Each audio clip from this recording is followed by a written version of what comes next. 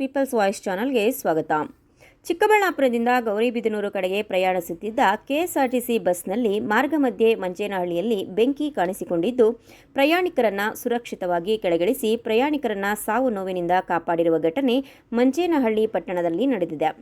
ಗೌರಿಬಿದನೂರು ಸಾರಿಗೆ ಡಿಪೋಗೆ ಸೇರಿದ KA40F 1300 KSRTC bus ಎಂದಿನಂತೆ ಬುಧವಾರ ಬೆಳಗ್ಗೆ ಚಿಕ್ಕಬಳ್ಳಾಪುರ ಬಸ್ ನಿಲ್ದಾಣದಿಂದ ಪ್ರಯಾಣಿಕರನ್ನು ತುಂಬಿಸಿಕೊಂಡು ಗೌರಿಬಿದನೂರು ಕಡೆಗೆ ಪ್ರಯಾಣ ಬೆಳೆಸಿದೆ.